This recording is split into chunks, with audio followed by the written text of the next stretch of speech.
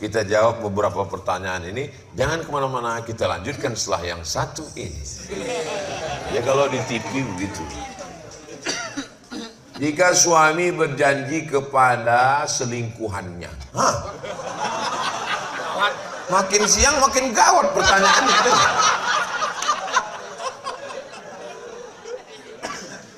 Jika dia menikahi selingkuhannya, maka dia akan menceraikan istrinya. Pertanyaannya, apakah sudah jatuh talak terhadap istrinya? Kalau ku nikahi kau, maka jatuhlah talak sama dia. Dinikahinya selingkuhannya itu. Aku nikahkan engkau dengan selingkuhanmu, kata Pak Kua, dengan mahar sebentuk cincin emas. Apakah otomatis talak dia dengan itu? Ini namanya talak taklik namanya. Namanya talak taklik. Talak taklik itu artinya talak yang terikat dengan sesuatu. Kalau nanti ada kau keluar rumah, maka jatuhlah talak padamu. Hati-hati dengan talak taklik. Itulah makanya setelah akad nikah, laki-laki itu disuruh membaca sirat taklik. Jika saya meninggalkan istri saya 6 bulan lamanya berturut-turut, tidak memberikan nafkah zahir dan batin, atau menyakiti fisiknya, lalu dia melapor ke pengadilan agama, membayar iwat 10.000 rupiah, maka jatuhlah talak satu saya kepadanya. Itu namanya talak taklik. Hati-hati dengan talak taklik, jangan macam-macam. Nah, bisa dibatalkan taklik nih, bisa dibatalkannya dengan katakan, yang kalimatku yang dulu itu tidak berlaku lagi, batal. Nanti kalau aku menikah dengan si selingkuhan ini, kau tetap yang pertama dan dia yang kedua. Setuju? Setuju. Jadi kan? Setuju aja. Ibu di Indonesia sudah dijaga, tenang saja. Karena dalam hukum kompilasi hukum Islam Indonesia, laki-laki ini walaupun gagah berani banyak duitnya tidak akan bisa menikah sebelum ada surat izin dari istri pertama yang ditandatangani di atas materi yang dulu 6.000 sekarang sudah naik jadi 10.000 dan disahkan oleh pengadilan agama. Makanya ibu sebelum tidur malam yakinkan di dekat tempat tidur itu tidak ada kertas dan materi. Ini nampaknya ibu bergurau ketawa, tapi hati-hati ini bisa serius. Makanya sebelum tidur malam tuh tengok dulu. Kalau ada di dekat-dekat itu ada kertas materi, hati-hati. Bisa aja malam tuh ditandatangani dulu. Nah, jadi surat tuh ditanya sama Pak Hakim, betul ini? Betul kan? Nauzubillah. Nah, jadi jangan takut, jangan khawatir. Jangan pula gara-gara ini naik darah tinggi, jantung koroner, asam urat, asam sulfat, asam semuanya. Bolehkah pengantin wanita mengqadha sholat? Dipakailah makeup biru di kiri, hijau di kanan. Pakai. Waktu acara sungkem itu, sungkem kan? Menangis, ayah duduk sini, anak sungkem. Ayah, betapa engkau mendidik kami. Semua yang menengok itu bukan menangis, ketawa. Kenapa? Lepas bulu mata. Dapat kalian videonya? Dapat. Nanti ku kirimkan. Ini penuh dengan sandiwara semua ini. Apa ini? Macam nonton sandiwara radio Mak Lampir. Perempuan kalau takut makeupnya rusak, berwuduknya setelah azan zuhur. Sholat zuhur dia dulu. Jangan gara duduk di pelaminan, lalu kemudian mengqadha, lalu kemudian dia menjamak. Tidak ada illat sebab yang membolehkan dia. Kalau jamak qasar, mesti ada musafir 89 km. Kalau mengqadha, mesti ada hajat darurat. Sedangkan menjadi pengantin bukan hajat darurat. Rukun nikah tak ada duduk di pelaminan. Rukun nikah cuman ada mempelai laki-laki, wali, ijab, qabul, mahar, saksi. Cukup, tak ada duduk di pelaminan. Duduk pelaminan bukan bagian dari rukun nikah. Itu adalah bagian dari kenduri. maka duduk di situ setelah sholat. Jangan gara-gara itu tidak sholat, meninggalkan sholat, menjamak sholat, mengqadha sholat. Jelas? Jelas. Nah, ini yang bilang jelas yang belum nikah aja. Yang udahnya memang udah terjadi ya lagi. Anak-anak kita, ibu akan menikahkan anak, pesankan baik-baik, jangan sampai tak sembahyang. Di hari pertama nikahnya dia udah melanggar aturan Allah. Aturan Allah aja dia langgar, apalagi aturan kamu. Tak habis-habis kertas ini, tengok. Maghrib ya habis. Maghrib baru habis. Maghrib. Ustadz, apa boleh meminta sorban Ustadz?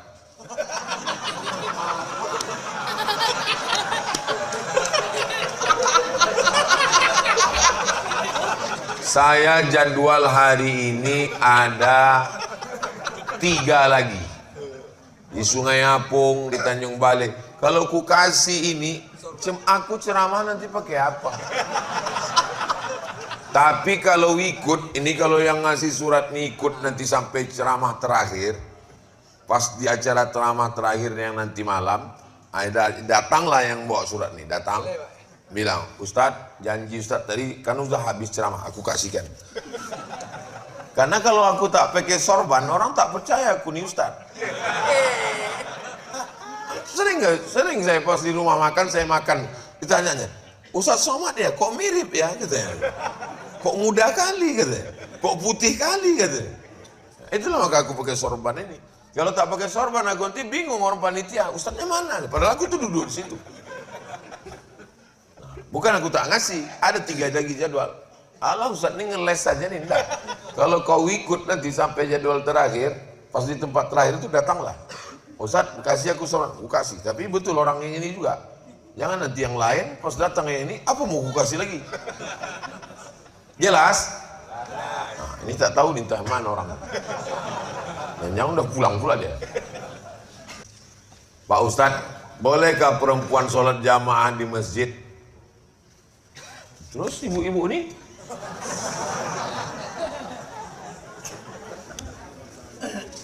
Kalau gitu berdosa semua uci-uci ini. Panjang umur, sehat badan, kita sampai ke Masjid Nabawi. Amin. Sampai di Masjid Nabawi, ini arah kiblat, pintu sebelah kiri itu ada 3. Pintu yang pertama Babul Baqi. Kenapa disebut Babul Baqi? Karena pintu itu mengarah ke pemakaman Baqi. Di belakang Babul Baqi namanya Babu Jibril. Karena itu pintu malaikat Jibril datang membawa wahyu. Di belakang Babu Jibril ada pintu Babun Nisa. Apa itu Nisa? Perempuan. Apakah mungkin pintunya ada, orangnya tak ada? Itu menunjukkan bahwa perempuan sholat di masjid. Tapi ada ustadz yang bilang perempuan tak boleh sholat di masjid. Hadisnya ada. Perempuan lebih baik sholat dalam pekarangan, lebih baik sholat dalam rumah, lebih baik sholat dalam kamar. Kapan itu? Ketika terjadi fitnah. Di Palestina tak boleh perempuan sholat di masjid, takut ditangkap tentara Israel. Di Air Joman ada tentara Israel. Itu orang yang berdiri itu punya Israel itu. Itu pejuang Palestina itu semua. Amin. Takbir. Allahu Akbar. Di Air Joman aman. Tapi kalau ke masjid tetap menjaga adab-adab. Jangan ke masjid pakai celana legging. Telekung diletakkan di tengkuk. Pakai legging. Banyak atuk-atuk masuk parit gara-gara itu. Jangan pakai minyak wangi yang terlalu menyengat. Dipakainya di pintu tuh hilang ayat imam depan. Wala ana abidum ma'abattum wala antu. Hilang simpang lakum dinukum waliyadin, saking harumnya. Tapi jangan pula sampai bau petai jengkol ketiak gara-gara sekedar menghilangkan bau saja. Karena kita ini kan angkat takbiratul ihram, kita tahan kawan pingsan. Jangan di masjid. Ada kawan saya, Ustadz di Riau, pulang dari masjid, langsung saya diteleponnya. Mat, kata dia, iya bang, patutlah perempuan itu tak boleh ke masjid. Kenapa? Aku tadi hampir pingsan di masjid. Kenapa gitu bang? Aku masuk ke masjid, tirai itu tinggi. Tiba-tiba aku masuk, terdengarku suara kik. Kalau di masjid janganlah ketawa cekikikan. Kalaupun lucu kali ketawa, tapi jangan bersuara.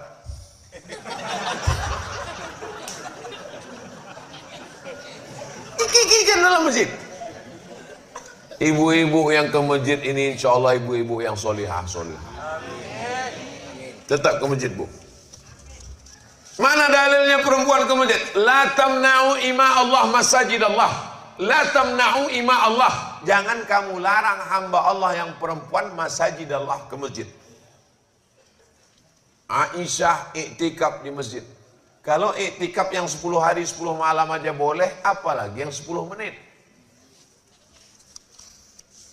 Jelas? Jelas. Kalau ada orang yang bilang Ustaz Somad itu kalau ceramah tak jelas, dia belum sarapan. Apa hukum sogok menyogok Pak Ustaz? Tak ada tawar menawar. La'ana Rasulullah SAW ar-rashi wal murtashi. Yang menyogok, yang menerima sogok masuk neraka. Tapi tadi Ustaz Somad bilang kalau ada orang ngasih duit, ambil duitnya. Ini katanya tak boleh sogok. Ambil duitnya, serahkan ke Masjid Nurul Ihsan. Untuk apa? Untuk membuat ini kan tanah bagus. Ini masih bisa dibuatkan kelas di samping ini. Buatkan 3 kelas untuk anak-anak mengaji Al-Quran. Sehingga nanti untuk mencegah buta huruf Al-Quran. Berapa banyak duit ini? Paling tidak ada 5 amplop lagi dapat. Amplop DPRD, DPRD Provinsi, DPRD, DPD. Ambil semuanya, ambil. Berapa pun yang, berapa partai? 17 partai. 7 amplop kali 5. Ambil semua. Jika kabeh, kau apa-apa. Ambil semua, ambil. Kau ambil. Kata Ustaz Somad, ambil aja semua, ambil. Habis itu bawa kemari. Dia bilang, mana Pak Ketua Masjid? Iya, ini ada banyak kali duit haram nih Pak. Ambil. Orang air zaman ini cerdas berduit. Mana mempan main sogok. Sini kalau ada orang bawa duit 100.000, 500.000 tak laku, puih, upil. Tapi kok 5 juta tak tahu juga lah. Ojo diciku. Transfer aja. Insya Allah podo kabeh jamaah iki istiqomah mlebu nang surga. Amin. Banyak juga orang Jawa. 90% Pak. 90? Iya. Masya Allah. Apakah anak angkat laki-laki mahram dengan ibu angkatnya? Saya tak punya anak perempuan. Kalau saya pingin anak perempuan, anak angkat, gimana caranya? Saya cari keponakan saya. Saya punya adik laki-laki Jamal. Anak Jamal ini ada perempuan. Maka anak adik saya inilah yang saya angkat. Supaya apa? Supaya kalau dia gadis, dia mahram dengan saya. Kalau saya ingin anak angkat laki-laki, maka saya cari keponakan istri saya. Supaya kalau dia nanti lajang, dia mahram dengan istri. Jangan dicari anak yang orang lain. Berapa banyak anak angkat berubah jadi bini angkat. Udah macam anakku, udah macam adikku, udah macam anakku, udah macam ayahku, udah macam mamaku. Berawal dari macam, berakhir dengan macam-macam.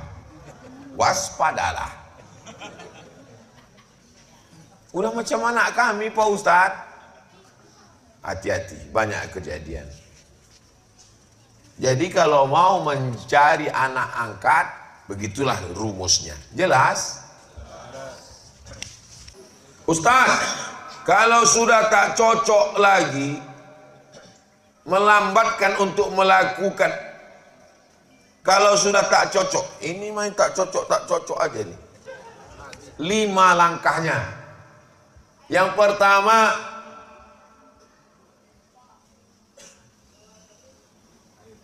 pertama adalah nasihat. Kasih nasihat dulu. Kalau tak cocok kasih nasihat. Bang, kalau laki ke perempuan, kalau laki-laki kepada perempuan, Adinda, kau kenapa tak bertudung? Aku ini kan kepala rumah tangga. Alah, kau baru dengan Ustaz Somad ceramah 2 kali, itu pun online. Di TikTok lagi 5 menit. Yang menceramahi aku pula lagi. Dinasehati mak tak mempan. Tak mempan nasihat. Karena kau tak mempan nasihat, maka kita pisah tempat tidur selama seminggu. Jangankan seminggu, setahun pun aku tahan. Memang inilah aku tunggu-tunggu. Tak mempan juga, maka mediasi. Kirimlah utusan dari laki-laki dan perempuan. Tak juga mempan, barulah jatuh talak satu. Talak itu pun pakai talak itu pakai macam mobil apa? Mobil apa namanya yang pakai 1, 2, 3 itu?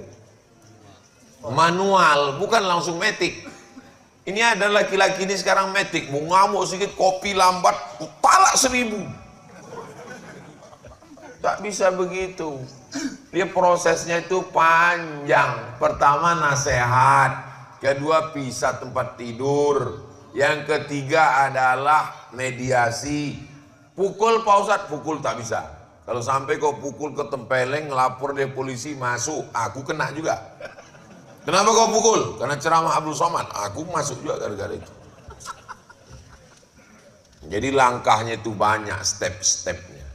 Berpikir baik-baik, pikir itu pendapatan, pikir itu pelita hati, pikir dulu pendapatan sesal kemudian tiada gunanya. Allah memudahkan hambanya apabila seorang hamba sedang dalam perjalanan. Jadi Ustadz, apabila kita melakukan sholat jamak dan qashar di luar wilayah, dimaksudkan wilayah, bagaimana? Ada yang berpendapat wilayah itu di luar tempat lahir. Saya lahir di Silau, jadi selama saya di Silau tak bolehlah jamak. Ini fikih dari mana ini?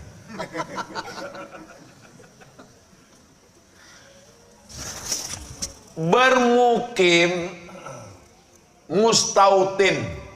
Mukim itu 4 hari 4 malam. Kalau saya sudah 4 hari 4 malam di Air Joman, tidak boleh lagi jamak qashar. Karena sudah mukim. Ada yang lebih lama dari mukim, ada namanya mustautin. Mustautin berdiam. Saya lahir di Silau Laut, Kecamatan Air Joman dulu. Sebelum Kecamatan Silau Laut.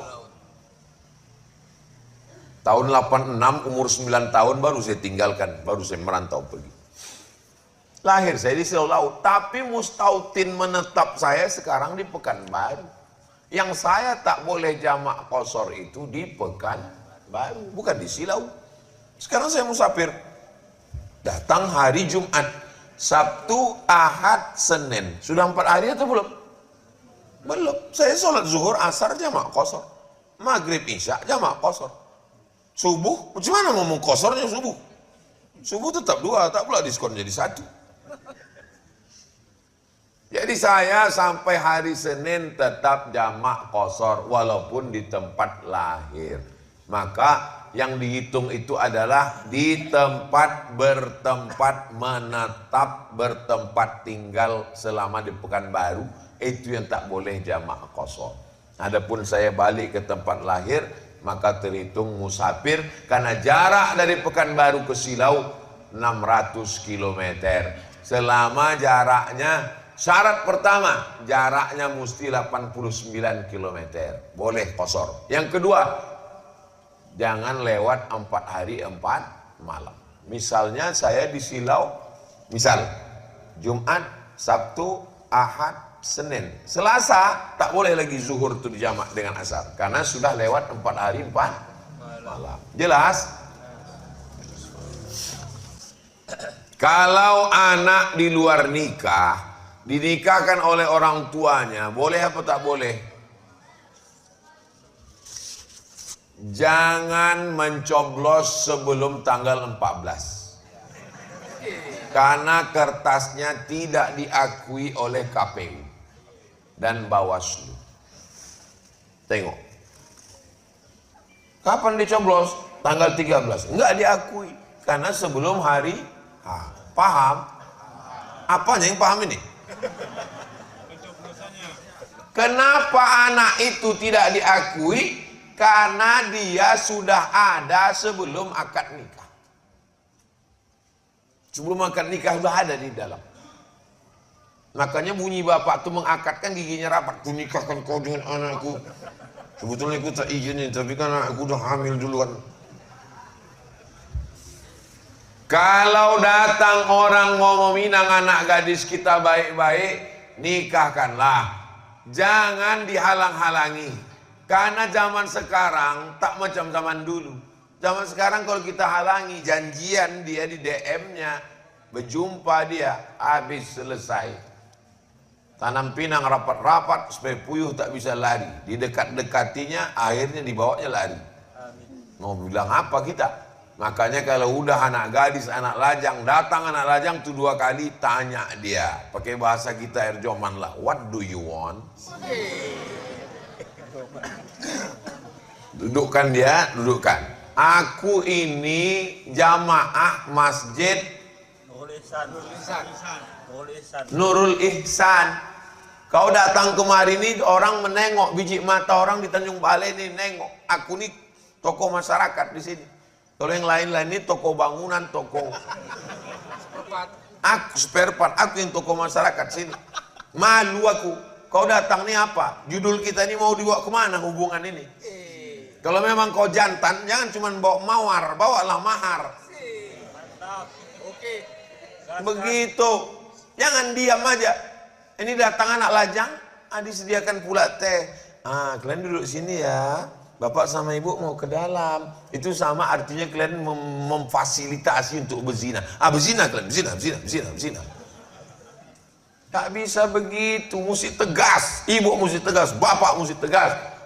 Karena rajin pun sembahyang, kalau sampai anak ini berzina, jangan sampai kalau udah nanti terjadi apa yang terjadi, nasi sudah jadi tai ayam.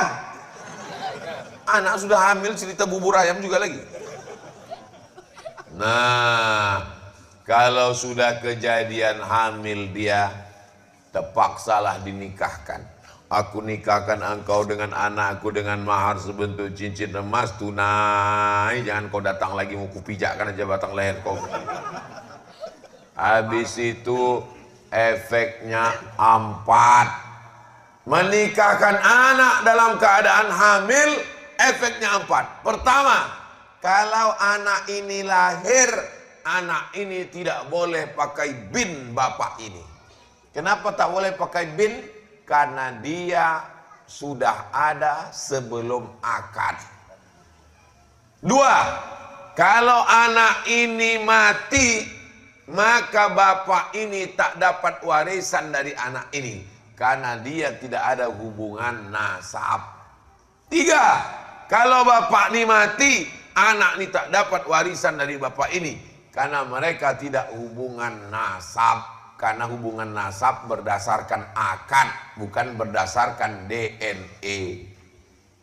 4, kalau anak ini mau nikah, kebetulan dia perempuan, bapak ini tak bisa mewalikan. Karena walinya adalah wali hakim. Cuma ini Pak Ustadz dia mau nikah. Tak pandai kau bohong, dulu pandai kau bohong.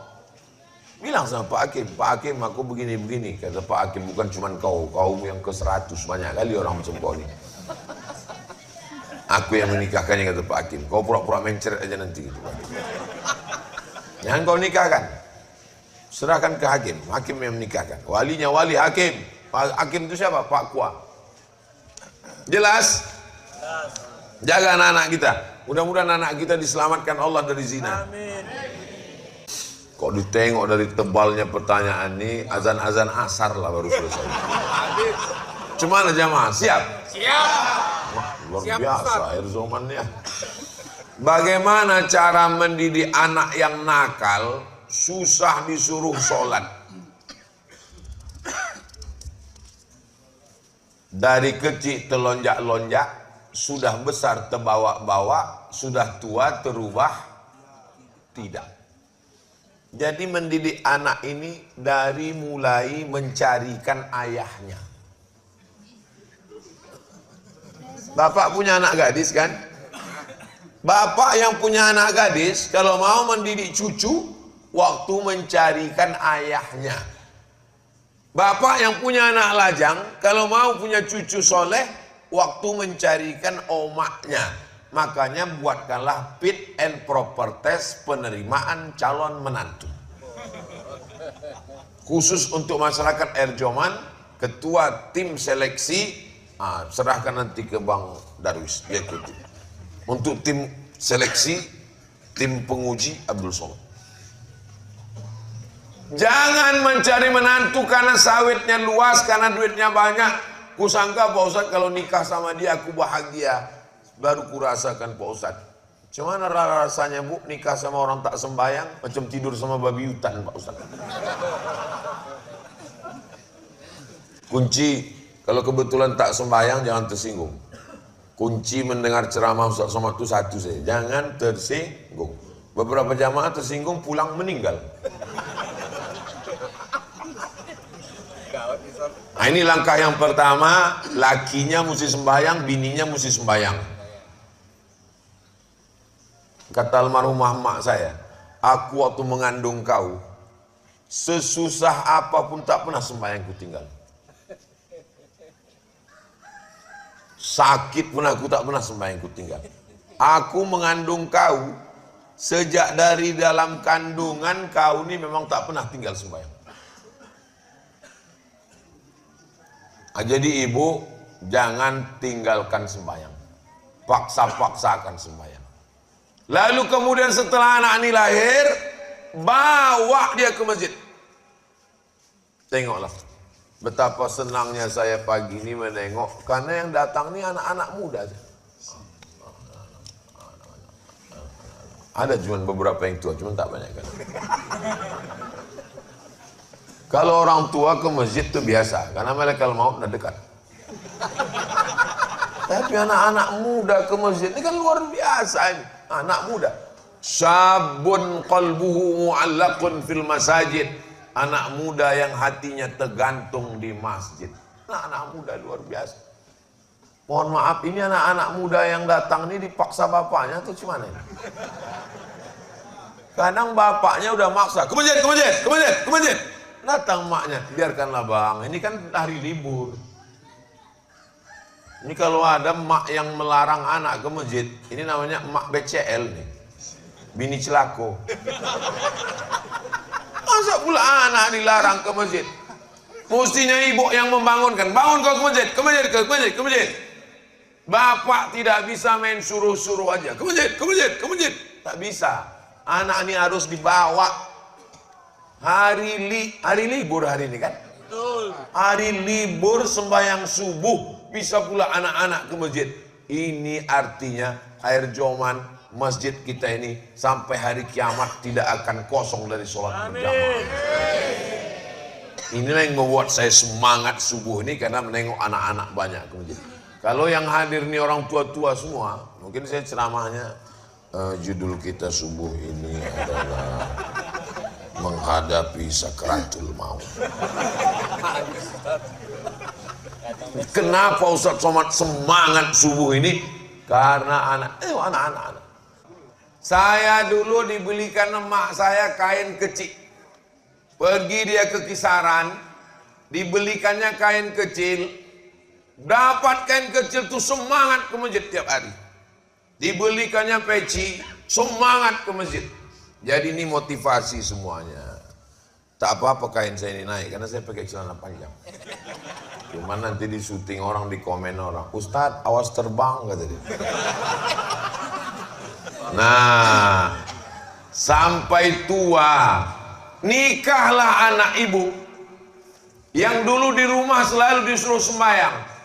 Tiba-tiba pas mau hari raya, pulang dia ke rumah.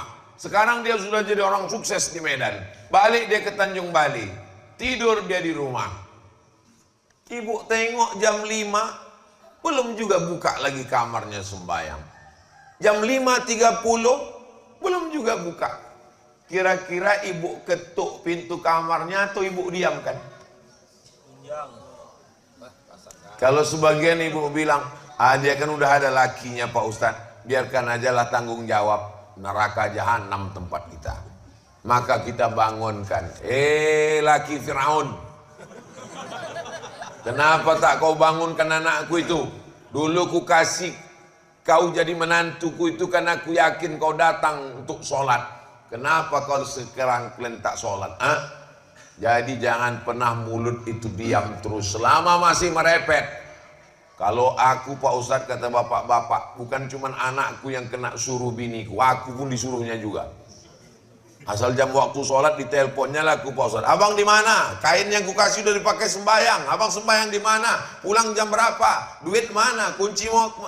Kalau ada istri model begitu, itulah bidadari surga yang dikirim Allah Subhanahu wa Ta'ala. Kalau ada istri baik bertanya tentang sholat begini, sebelum mati jangan dikubur. Kadang banyak orang risih, aku kan udah dewasa, apa pula kau suruh-suruh aku? Kau bukan emakku. Istri itu ingin bapak masuk surga sama dia, masuk surga Jannatul Firdaus. Ibu masih siap merepet? Siap-siap kan. Apa hukumnya suami istri daftar haji duluan, sementara pasangannya tidak didaftarkan? Walillahi 'alan nasi hijjul baiti man istata'a ilaihi sabila.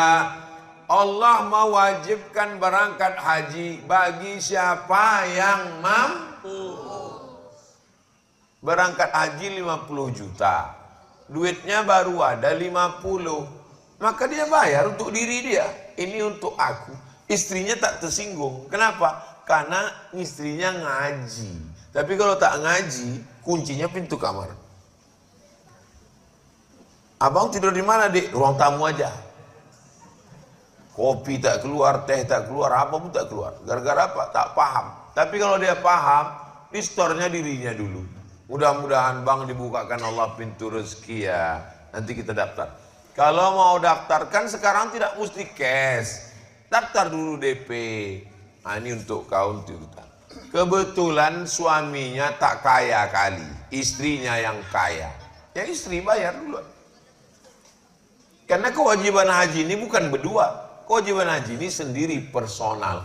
Ibu jangan tersinggung kalau suaminya daftar. Suami juga jangan tersinggung kalau istrinya daftar. Karena berangkat haji ini kewajibannya adalah bagi yang mampu. Yang tak mampu tak wajib. Haji ini bukan jalan-jalan. Yang tak boleh itu suaminya jalan-jalan, bininya tak ikut jalan-jalan. Nah, itu baru boleh mengamuk. Ini haji ini ibadah. Ini. Tapi kalau dia mau berangkat berdua, ditabungnya berangkat berdua bagus. Apalagi perempuan perlu pakai mahram. Jelas? Jelas. Jangan berkelahi gara-gara ini. Mudah-mudahan Bapak Ibu semua bisa berangkat berdua, insyaallah. Amin. Ya Rabbal Alamin. Mohon kejelasan tentang wahdatul wujud. Karena di video Ustadz terakhir memahaminya saya putar. Ustadz setuju atau menolak?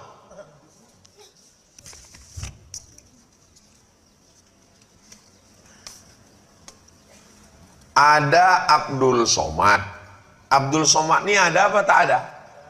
Ada. Adanya Abdul Somad itu artinya wujud. Ada air. Air ini ada apa tak ada? Ada. Berarti air juga wujud. Ada pokok kayu. Pokok kayu itu ada apa tak ada? Ada. Pokok kayu juga ada. Kalau begitu ada 3 yang ada.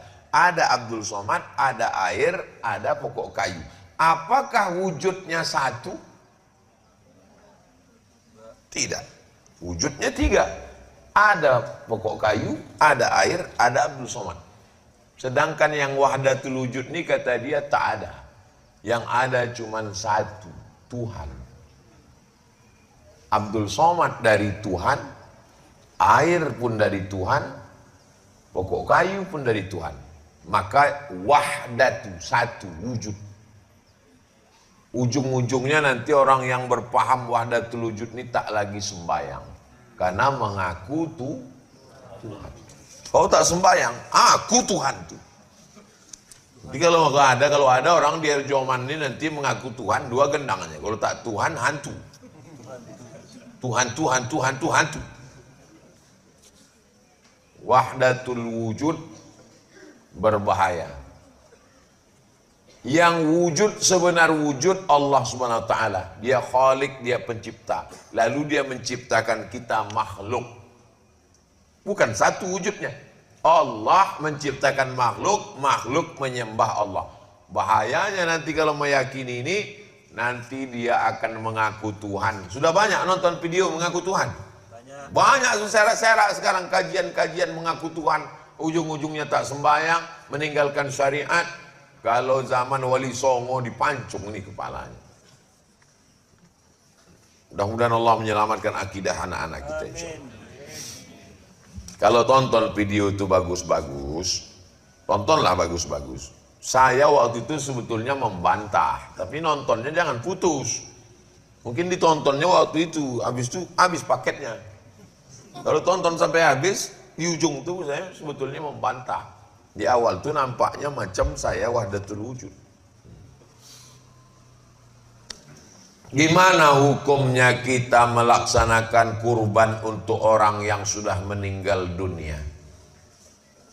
Nabi memotong kurban, kata Nabi gini, Allahumma haza'an Muhammad wa ali Muhammad. Kupotong kurban ini untuk Muhammad dan untuk keluarga Muhammad. Waktu itu Khadijah sudah meninggal. Saya ulang sekali lagi. Nabi memotong kurban, kupotong kurban ini untuk Muhammad dan untuk keluarga Muhammad. Waktu itu Khadijah sudah meninggal. Pertanyaannya, sampaikah kurban untuk Khadijah? Sampai. Itulah seenaknya kalau ceramah sama jamaah yang cerdas-cerdas. Cukup sebutkan dalil, tahu dia. Jadi kalau ditanya orang, boleh kurban untuk orang meninggal? Boleh. Mana dalilnya? Nabi berkurban untuk Khadijah, padahal Khadijah sudah meninggal. Diambilnya kambing satu lagi. Allahumma haza'an Muhammad wa ummati Muhammad. Ini kupotong untuk umat Nabi Muhammad. Umat Nabi Muhammad waktu itu sudah banyak yang meninggal perang Badar, perang Uhud. Itu menunjukkan bahwa kurban untuk orang meninggal boleh. Ini 2,5 juta untuk aku. Ini 2,5 juta untuk emakku, ini 2,5 juta untuk ayahku. Bagus, itulah tanda bakti kita kepada orang tua. Ini untuk kurban aku, adapun untuk emak ayahku tak jadi karena aku takut sama biniku. Persatuan laki takut bini. Padahal yang menyekolahkan, yang membiayaimu, yang mengasihi kau makan orang tua, apa balasanmu untuk mereka? Maka ibu mestinya mengatakan ke bapak, bang, ini kurbankan untuk almarhumah ayah, almarhumah emakmu, karena mereka jasanya kepada kau luar biasa. Untuk mereka 2,5 juta, untuk aku 25 juta. Setuju, Bu? 10 kali lipat. Diam itu artinya dalam hadis as-sukutu alamatur ridho. Diam tanda setuju. Kesimpulannya sampai apa tak sampai?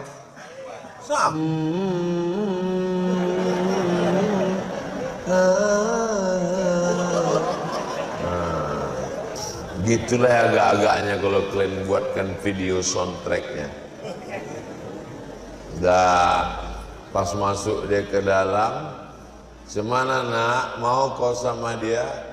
Tadi ku sangka putih, rupanya macam kuali gitu, tak jadi lama.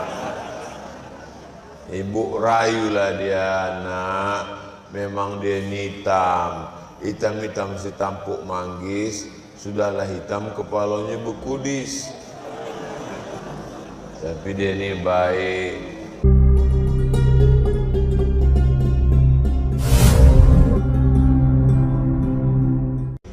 Ramadan ini banyak-banyak beristighfar. Ada di antara bapak ibu ini yang tak berdosa. Anak-anak kecil nilai yang tak berdosa. Sama mu'allaf baru masuk Islam, dari nol tak berdosa. Ustaz kan ustaz tak ada dosa. Man kasura kalamu kasura saktuhu. Siapa yang paling banyak cakapnya, dia yang paling banyak dosanya. Di antara kita ini semua, siapa yang paling banyak cakapnya? Sampai hati kelana. Saya ini banyak dosa. Mau Bapak Ibu memaafkan silap salah saya? Dah selesai.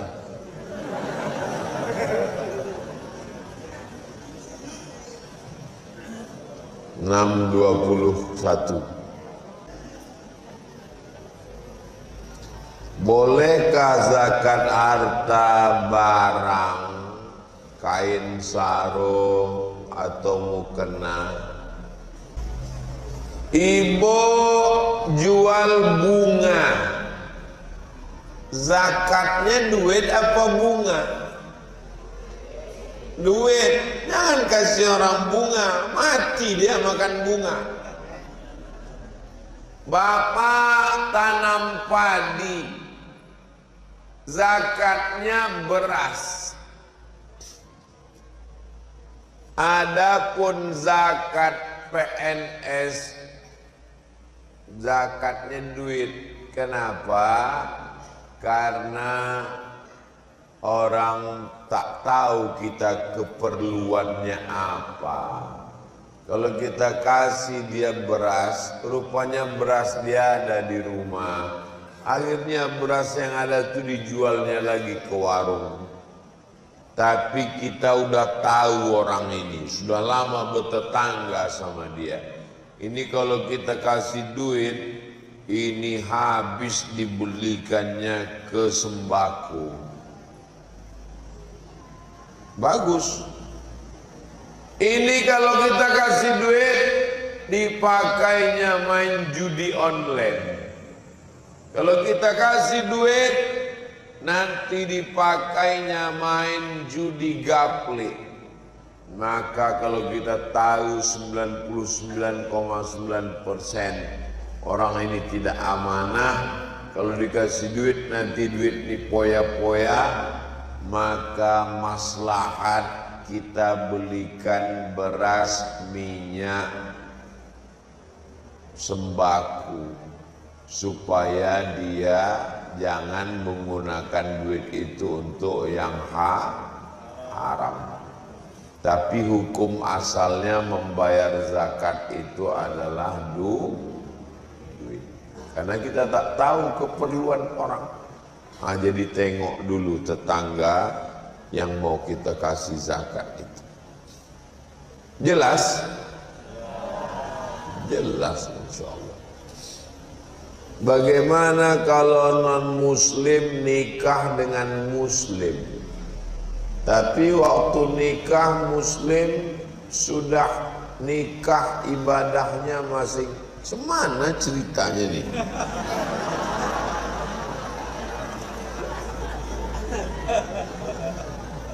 Kok bisa nggak paham nih? Dua kemungkinan, yang menulis nih lapar atau yang membaca nih udah lapar. Bagaimana kalau non muslim menikah dengan muslim? Zina. Hukum nikah Indonesia pakai kompilasi hukum Islam Indonesia. Tidak ada KUA di Indonesia yang mau menikahkan muslim dengan tak Islam. Karena syarat mempelai laki-laki dan perempuan muslim muslimah. Kalau sampai nikah, maka sejak dia serumah sampai dia pisah, zina tiap hari. Jangan kasih anak nikah.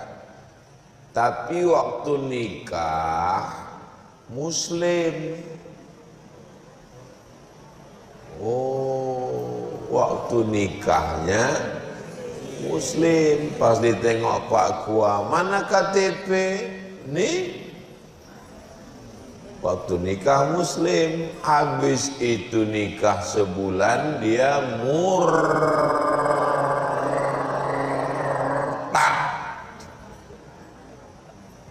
jangan pacaran sama orang yang pura-pura masuk Islam.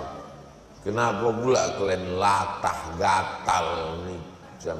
Begini banyak anak-anak lajang. Yang senyum yang lajang aja. Ini anak udah 3 senyum pula.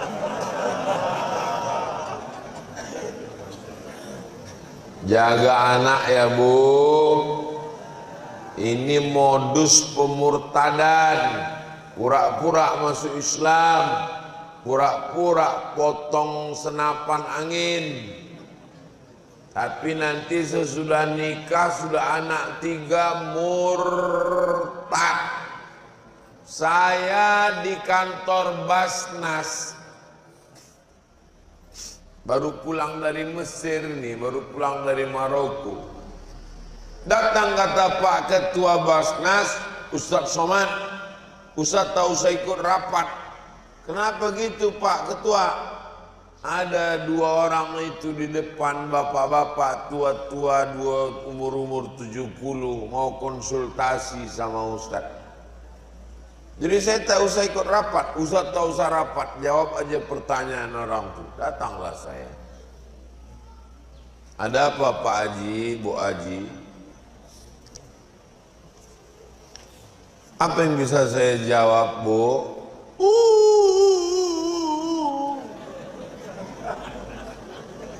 Apa masalahnya, Bu? Nah, kalau kalian menangis, nanti aku menangis pula. Apa masalahnya? 5 Pak Ustadz. Apanya 5? 5 sudah murtad. Gimana ceritanya?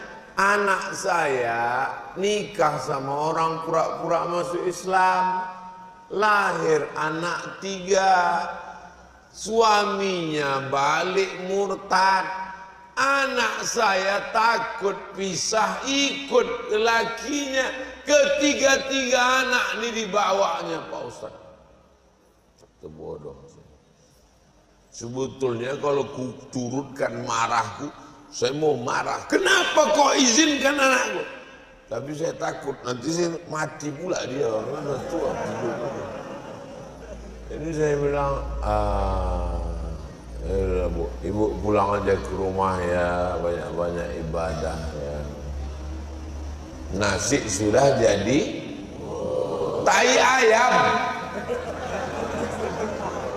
Udah 5 orang murtad sih, terbubur juga lagi. Jangan kasih anak pacaran, bergaulan bebas, sekolah, tengok, kontrol. Saya laki-laki, adik saya laki-laki, kami adik beradik laki-laki 2-2. Tapi kalau datang surat ke rumah kami dulu, belum ada email, belum ada handphone. Kalau datang surat ke rumah, dibuka emak nih semua. Emak saya ini dibuka nih surat, siapa yang masuk. Kami sekolah di Pekanbaru, emak di kampung di Kabupaten Pelalawan. Kalau dia ngantar uang belanja, dibukanya semua lemari kami. Pulang kami dari sekolah, bos serak-serak botol parfum. Kenapa emak pecahkan? Kusangka minuman keras. Emak saya tidak hanya melahirkan, memeriksa, menyekolahkan, menjaga. Pernah dipancing adik saya, Mak, cemana nanti kalau aku mabuk main biliar di situ? Kalau berani kau mabuk main biliar, naik aku ke meja biliar itu. Cobalah kalau kau berani. Mak saya mendidik luar biasa. Perempuan yang bukan perempuan biasa-biasa. Siap ibu mengamuk? Dari bunyinya tak siap. Ibu wajib mengamuk sama anak. Kenapa kau pacaran? Kenapa kau gatal? Nikahkan dia dengan anak-anak muda yang udah siap. Gimana? Siap kalian menyelamatkannya? Siap orang. Yang siap yang udah. Hati-hati. Jangan sampai dibiarkan anak pacaran sama tak Islam.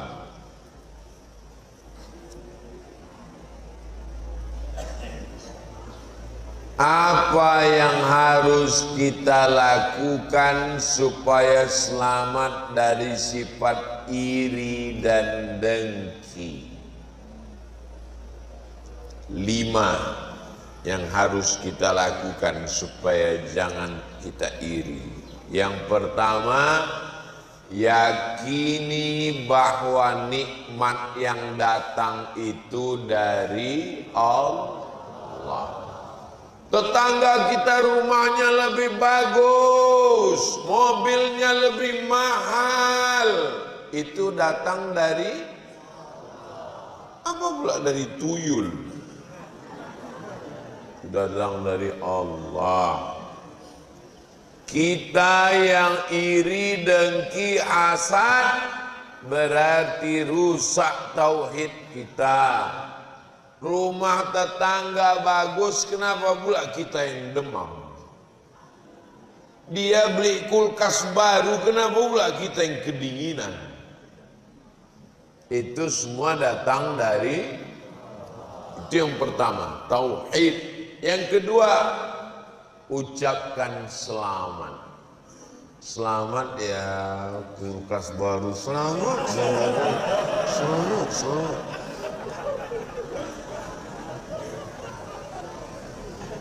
Makanya ada anak baru lahir, kita disuruh mengucapkan selamat.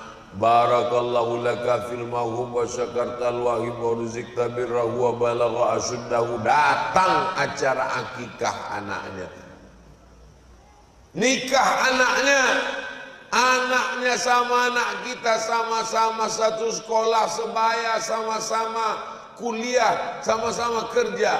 Anak dia duluan nikah, datang, naik ke atas pentas tuh, ucapkan barakallah lakuma.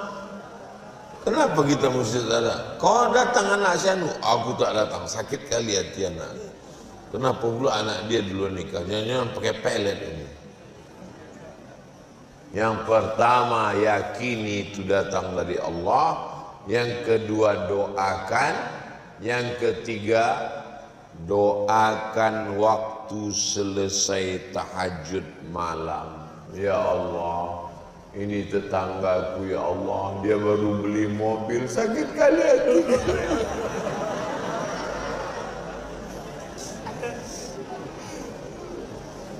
Doakan dia, mudah-mudahan dengan mobilnya itu rajin dia sholat berjamaah di Miftahul Islam.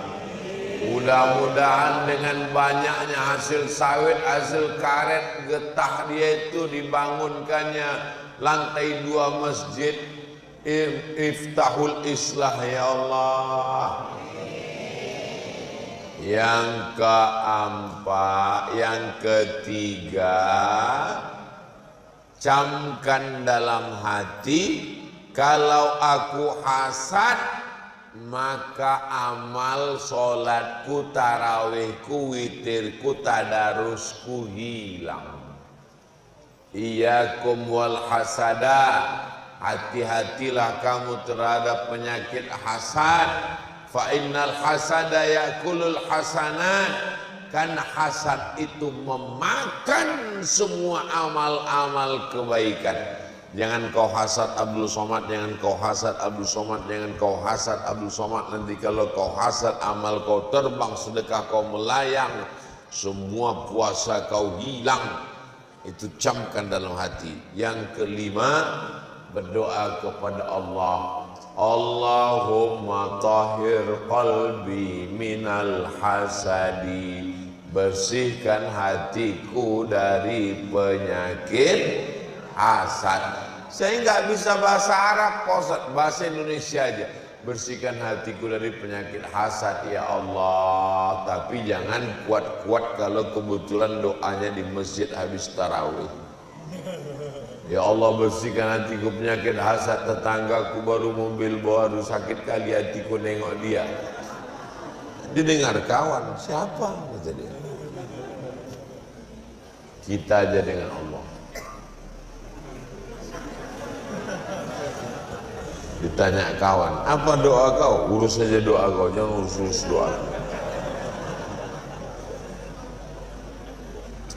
Bagaimana cara mendidik anak menurut syariat Islam?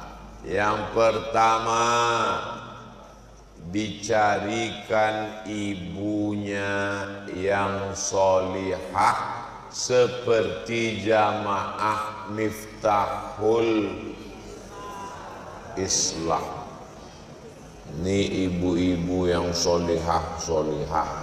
Beruntunglah suami-suami yang punya ibu yang solihah.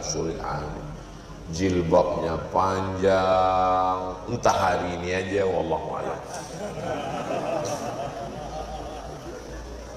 Yang kedua, setelah dapat ibunya yang baik, dikasih makan yang halal. Jangan kasih anak makan haram, duit, tipu, bohong, korupsi, sogok. Kenapa?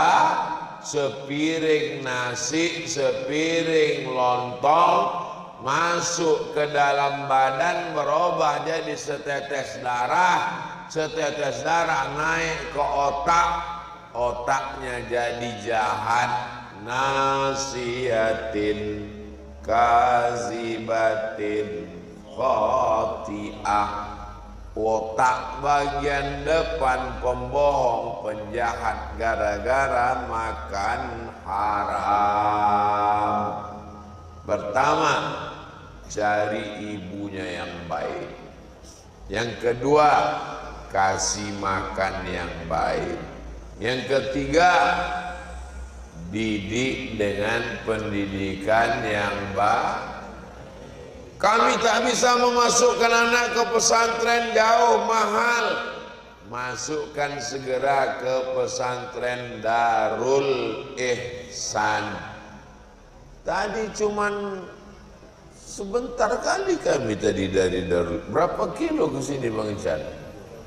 3 kilo sampai ke Darul Ihsan. Saya kalau ke Jambi ini tidur di Darul Ihsan. Pondok Darul Ihsan. Daftarkan segera sebelum tanggal penutupan berikut ini. Ingat, kuota terbatas. Hubungi kontak berikut. Ustaz Somad itu cuma datang ke Jambi, ceramah sana, ceramah sini, ceramah bupati, ceramah gubernur. Anak kami mau sekolah. Tidak ada alasan orang Jambi untuk tidak memasukkan anak ke pesantren. Karena sudah ada pesantren Ustaz Abdul Somad di Jambi, Darul Ihsan. Daftarkan segera sebelum tanggal penutupan berikut ini. Udah kuiklankan 2 kali tak juga mendaftar, tengoklah kalian. Kasih maknya yang baik, kasih makan baik, pendidikan baik. Keempat, nikahkan dengan orang baik. Nah, tadi ku tengok ada jamaah anak muda yang datang pengajian Ustaz Somad di Miftahul Islah tadi yang baik. Aku tak mau sama dia, mak aja nikah sama dia. Kalau ada anak gadis ngomong begitu, itu berarti dia solihah. Dia malu. Sebetulnya dia belum tentu juga, pede kali kalian.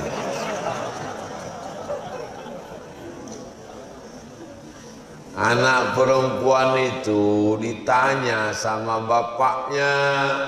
Bapaknya segan masuk ke kamar anak gadisnya, dikirimlah utusan ke dalam. Nah, itu ada anak lajang, anak jamaah Masjid Miftahul Islah, mau kau sama dia, ditengoknya lah keluar, coba kau bawa teh manis keluar, dibawanya lah teh keluar, mau ngidang. Laki-laki itu pun menengok.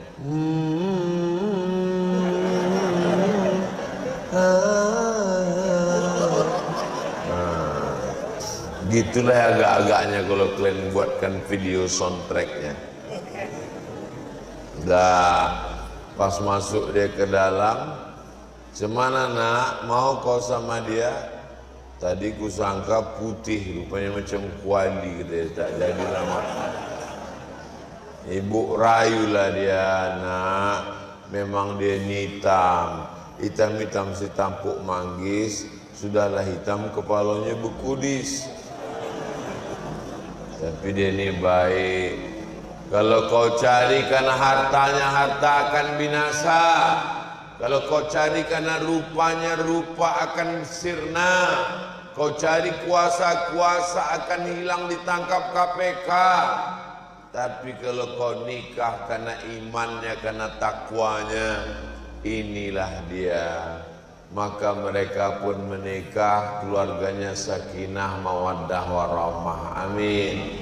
Yang kelima, doakan pagi, petang, siang, malam kepada Allah. Ya Allah, sehatkan anakku, bukakan pintu hatinya, jangan dia mabuk, jangan dia narkoba, jangan dia pakai ganja, jangan sabu-sabu, jangan sampai dia minum kopi dicampurnya spiritus, mati dia.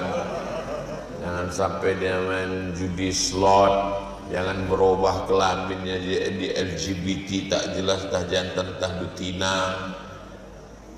Apalagi di malam-malam Ramadan ini, ibu doakan terus untuk anakku supaya sehat. Al-Fatihah, panjang umurnya. Al-Fatihah, banyak hafalan Qur'annya. Al-Fatihah, Al-Fatihah pembuka yang tertutup, Al-Fatihah terbuka yang terkunci, Al-Fatihah membuka segala yang sulit-sulit. Maka kirimkan dengan tawassul membaca Al-Fatihah. 3 doa yang tak ditolak. Doa dakwatul walid, doa orang tua kepada anak. Dakwatus shaim, doa orang puasa. Dakwatul musafir, doa orang yang musafir. 3-3-nya dapat.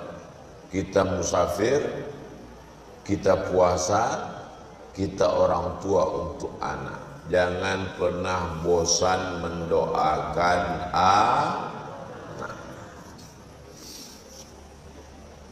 Kok ditengok dari kertasnya ini maunya sampai buka, ini nampaknya baru selesai.